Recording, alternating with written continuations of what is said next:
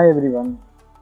आज हम जिस टॉपिक पे डिस्कस करने वाले हैं वो टॉपिक बड़ा ही अहम टॉपिक है। चाहे आप अकाउंटेंट हो या फिर आप स्टूडेंट, ये टॉपिक आपके हमेशा से काम आने वाली टॉपिक। ये टॉपिक का नाम है the golden rules of accounting. इस टॉपिक में हम बारी बारी से ये डिस्कस करेंगे कि कितने तरह के अकाउंट्स होते हैं, फिर उनके गोल्डन रूल्स क्या हैं, और बाद में कुछ एग्जांपल्स देखेंगे और इनसे भी देखेंगे। तो इस वीडियो को पूरा देखें, एंड तक देखें। चलिए शुरू करते हैं। सबसे पहले हम डिस्कस करेंगे टाइप्स ऑफ अकाउंट जो है वो क्लासिफाइड किया गया 3 कैटेगरी में: personal account, real account and nominal account. Personal account, real account and nominal account. सबसे पहले हम बात करेंगे पर्सनल अकाउंट की। पर्सनल अकाउंट 3 कैटेगरी में डिस्कस करेंगे। पहला कैटेगरी जो होगी वो नॉर्मल नेचुरल पर्सनल अकाउंट, और दूसरी होगी आर्टिफिशियल पर्सनल अकाउंट, और तीसरी and last one is representative personal account. Natural personal account जो होता है वो होता है किसी नेचुरल पर्सन से रिलेटेड अकाउंट होते हैं, जैसे अमन हो गए, अमन अकाउंट्स और वीर अकाउंट, करण अकाउंट एक्सेट्रा। उसके बाद आती है artificial personal account. Artificial personal account जो रिलेटेड होती है वो कंपनी एंड इंस्टीट्यूशन से रिलेटेड होती है, जैसे अमन लिमिटेड अकाउंट हो गए, करण लिमिटेड अकाउंट हो गए, एलेक्स लिमिटेड अकाउंट हो गया। ये सारी जो होती है ये आर्टिफिशियल पर्सनल अकाउंट के एग्जांपल्स हैं। उसके बाद होती है representative personal account. Representative personal account जो किसी सम पर्सन से रिलेटेड होती है, जो किसी सम पर्सन को रिप्रेजेंट करती हो, जैसे outstanding wages account, outstanding interest account etcetera. फिर सेकेंड नंबर पे आती है रियल अकाउंट। रियल अकाउंट जो रिलेटेड होती है वो हमारी एसेट्स एंड हमारी लायबिलिटीज़ से रिलेटेड होती है। रियल अकाउंट भी दो भागों में डिवाइड होता है, एक टेंजिबल रियल अकाउंट, एक intangible real account. Tangible real account जो होती है वो हमारी टेंजिबल रियल अकाउंट जो होती है वो हमारी बिल्डिंग्स, मशीनरी, व्हीकल्स जो एग्जिस्ट करती है, जिसे हम छू सकते हैं, वो सारे टेंजिबल रियल अकाउंट होते हैं। और इनटेंजिबल रियल अकाउंट होती है जिसे हम छू नहीं सकते हैं, जिसे हम देख नहीं सकते हैं, जो एग्जिस्ट ही ना करती हो, बट हम उसे माप सकते हैं इन टर्म्स ऑफ मनी, जैसे ट्रेडमार्क, कॉपीराइट एक्सेट्रा। उसके बाद आती है तीसरे नंबर पर नॉमिनल अकाउंट। नॉमिनल अकाउंट जो होती है वो हमारे बेसिकली कंपनी के खर्चे, लॉसेस, गेन्स एंड इनकम से रिलेटेड होती है। अब हम डिस्कस करते हैं गोल्डन रूल्स ऑफ अकाउंट्स। सबसे पहले हम डिस्कस करेंगे पर्सनल अकाउंट के गोल्डन रूल्स क्या हैं। The receiver is debited and the giver is credit. इस पिक्चर में देखिए, ये बंदा जो है रिसीव कर रहा है गुड्स को, तो ये हो जाएगा डेबिट, और ये गिव कर रहा है तो ये गिवर हो जाएगा क्रेडिट। उसके बाद आती है real account. Real account debit what comes into the business and credit what goes out from the business.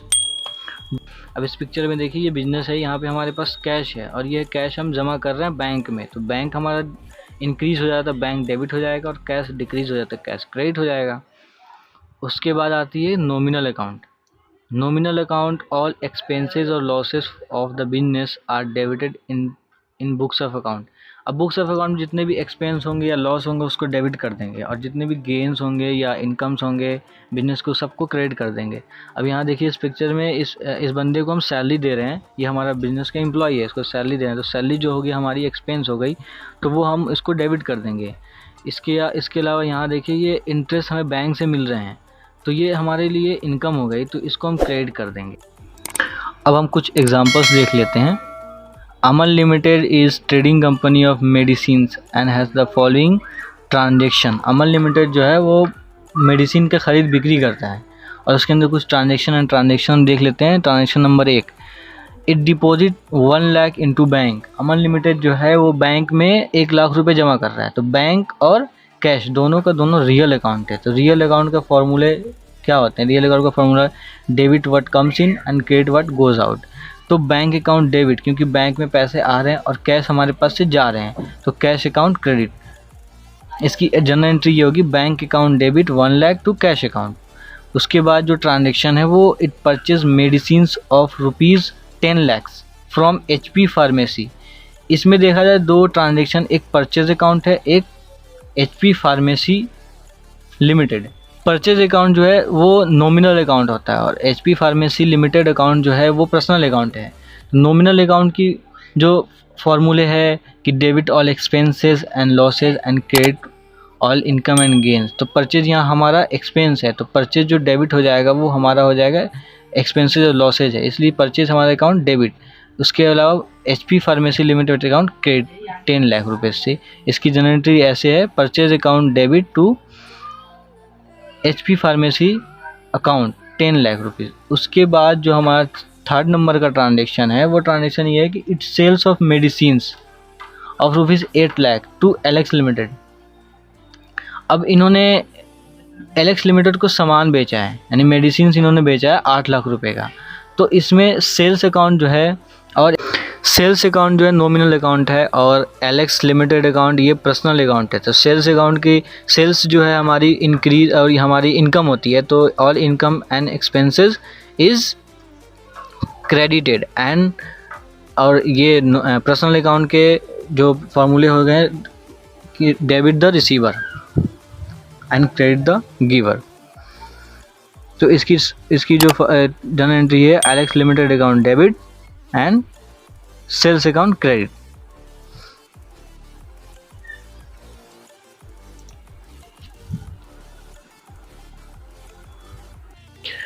अब अगला ट्रांजेक्शन ये है कि it pays rent of rupees 35,000 for his business premises paid through bank.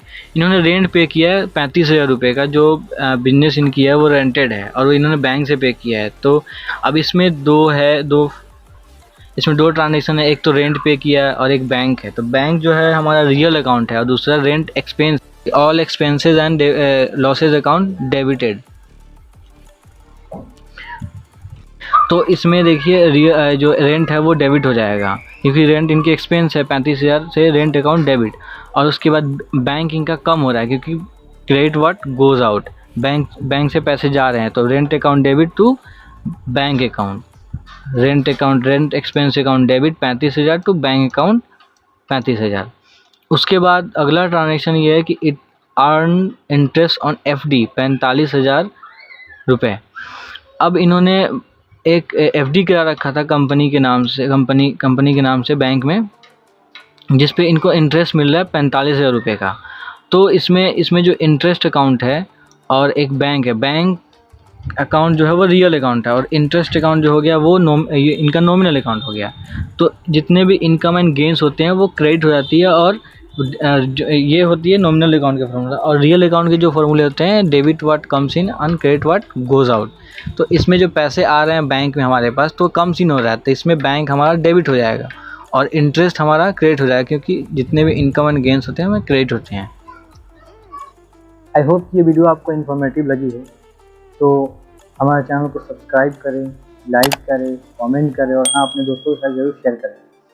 मिलते हैं अगले video में।